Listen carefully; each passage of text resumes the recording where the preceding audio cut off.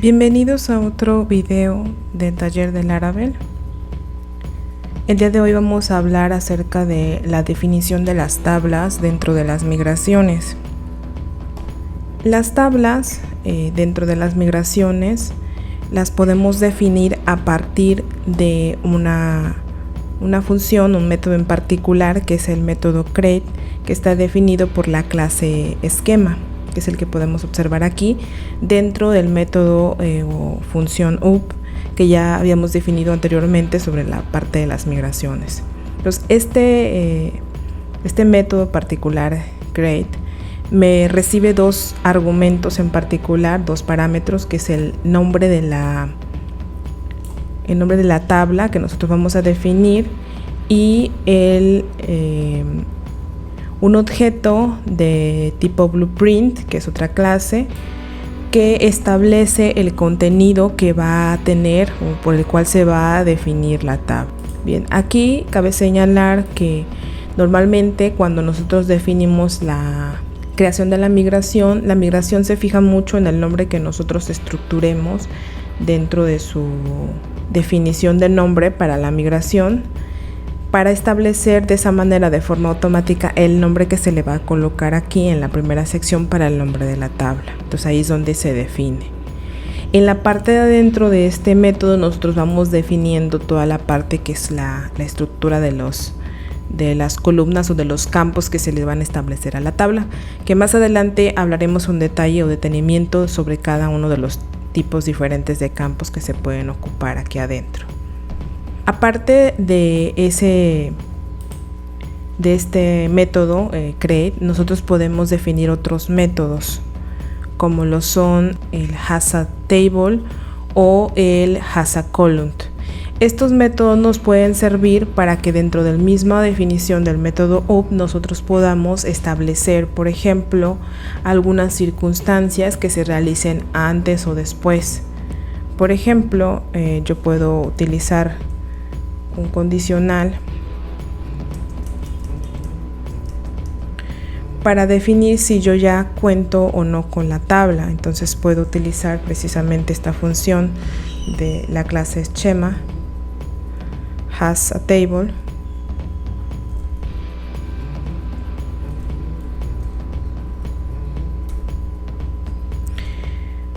para preguntarle si yo ya tengo, ya poseo la definición de productos.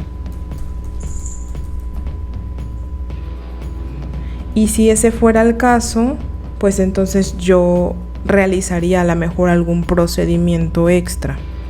Si no fuera ese el caso, entonces yo podría realizar la creación de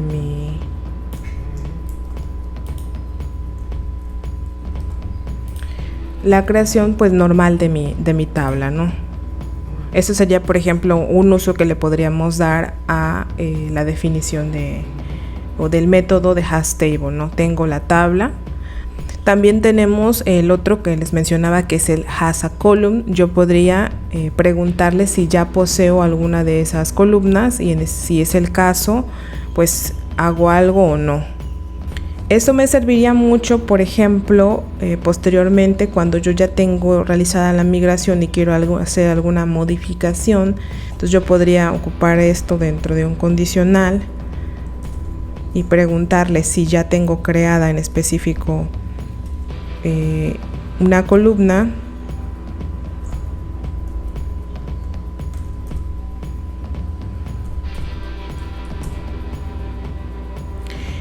Y normalmente este mismo, bueno, ya me lo puso de forma automática. Esta misma función me requiere dos valores, la tabla y la columna. Entonces, en este caso, pues que estamos haciendo un ejemplo sobre productos, por aquí ya productos, y el nombre de la columna que me interese utilizar, que en este caso podría ser, como es la única que tengo, la de ID. O por ejemplo la de nombre, ¿no? Y me pregunta que si la tengo, y bueno, si no la tengo, entonces yo ya la podría definir para que esta la tuviera, ¿no? Bien, y aquí adentro nosotros podríamos recurrir a otra de las habilidades que tiene, otras de las funciones que tiene en la parte de la creación de las tablas dentro de las migraciones, que es la función de table.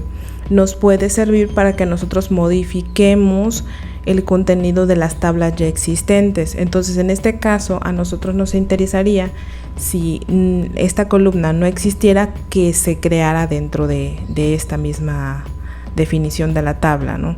Entonces, si ese es el caso, pues nosotros tendríamos que pasar a utilizar esta función para poder hacer ese argumento.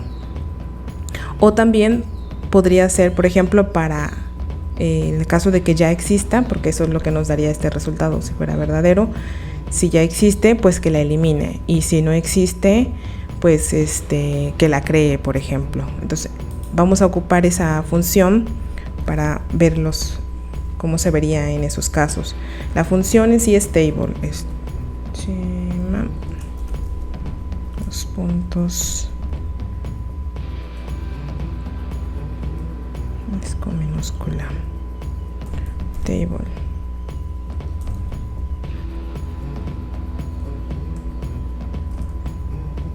Y en el mismo caso particular que en el caso de Cray, nosotros necesitamos pasar dos datos, dos argumentos, que es el nombre de la tabla y la misma función de objeto de Blueprint. Entonces aquí pasaríamos productos y consecuentemente la función y el parámetro que tiene que ser de tipo Blueprint. Table, que normalmente es por defecto la variable que se utiliza para especificar esto. Aquí falta un punto y coma. Bien, y ahora aquí adentro nosotros podemos definir que la tabla sea, en caso de que sí contenga este valor, pues consecuentemente lo elimine. Entonces usamos la variable table y utilizamos una función, por ejemplo, que me permita eliminar eso, que sería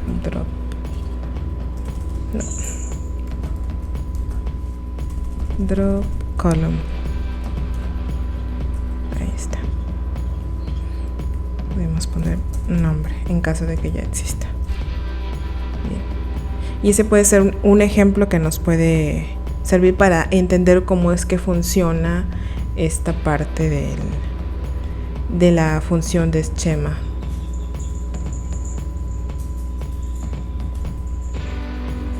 Me faltan 2 puntos.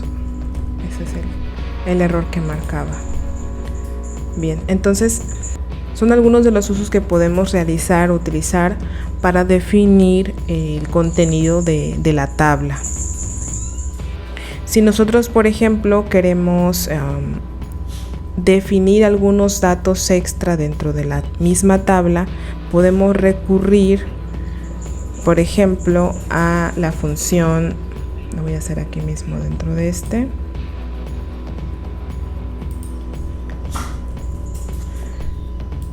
podemos recurrir a la función, siempre haciendo uso de la variable de Blueprint Table, engine, que nos permite que nosotros definamos, especifiquemos el tipo de motor de almacenamiento que va a utilizar, en este caso, por ejemplo, MySQL. MySQL tiene 2 tipos de motor de almacenamiento, el MySAM y el InnoDB. El InnoDB nos permite hacer transacciones. Entonces podemos definirlo, es DB, de esta manera. Entonces engine nos sirve para eso, para definir esto. Otra cosa que nosotros podemos definir para la tabla sería, por ejemplo, el tipo de codificación con charset.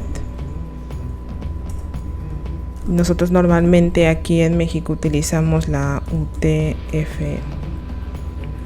UTF-8 y MB4.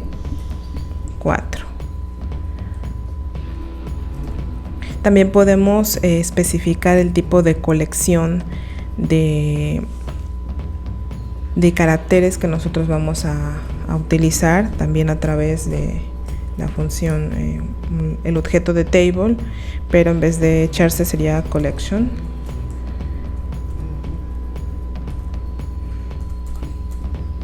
UTF-8 MB4 Unicode 6.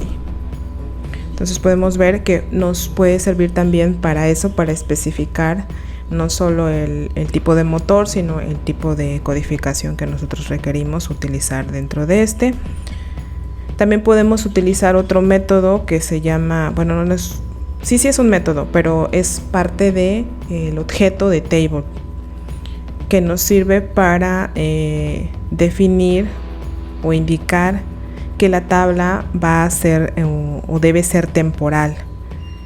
Las tablas temporales pues solo son visibles para la sesión de la base de datos de la conexión actual y normalmente se eliminan de forma automática cuando la sesión se cierra. Entonces podemos utilizar también table para definir que nuestra tabla va a ser temporal con la palabra temporary, en la función temporary. Y esto lo podemos definir antes de empezar a definir todo lo que son las tablas o las columnas de nuestra base de datos.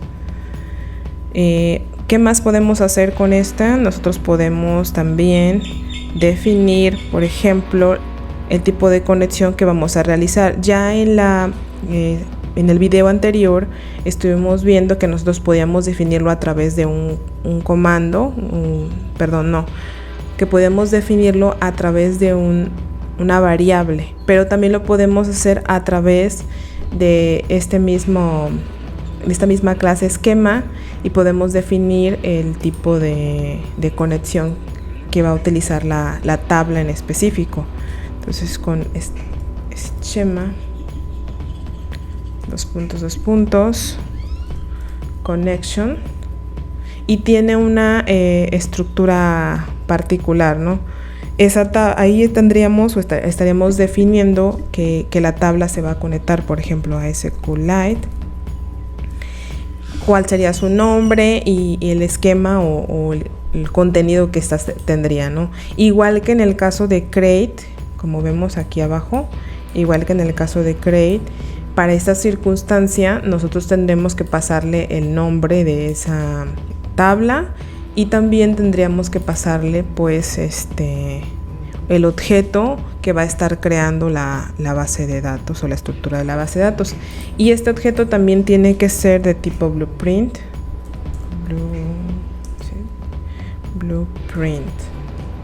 Ahí está. Entonces básicamente sería esta. Para no enredarnos un poco, voy a copiar esto en otro esquema. Por ejemplo, en el de usuarios yo podría definirlo dentro de ese o en uno de estos de prueba que tengo aquí. Tengo dos, déjenme ver, en este. Vamos a usarlo.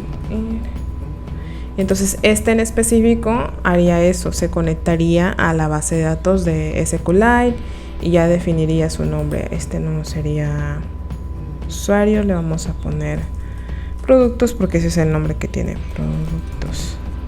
Y bueno, esta igual es de prueba, ¿no?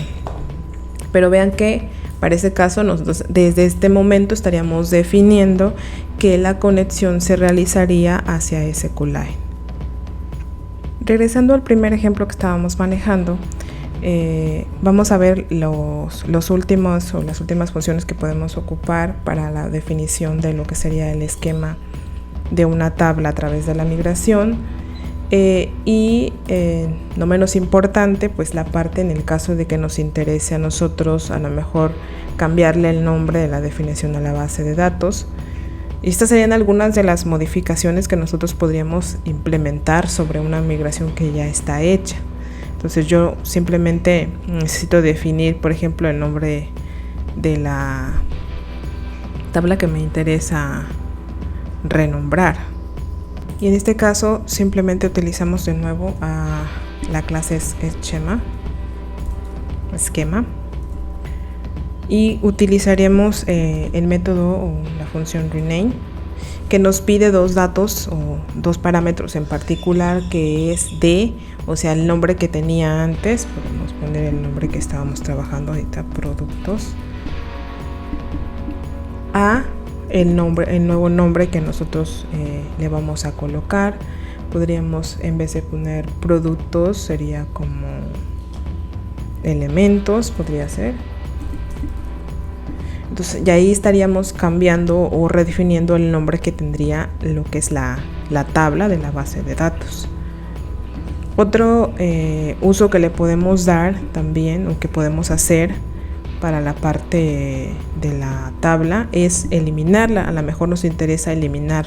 Entonces, podemos utilizar también esta clase schema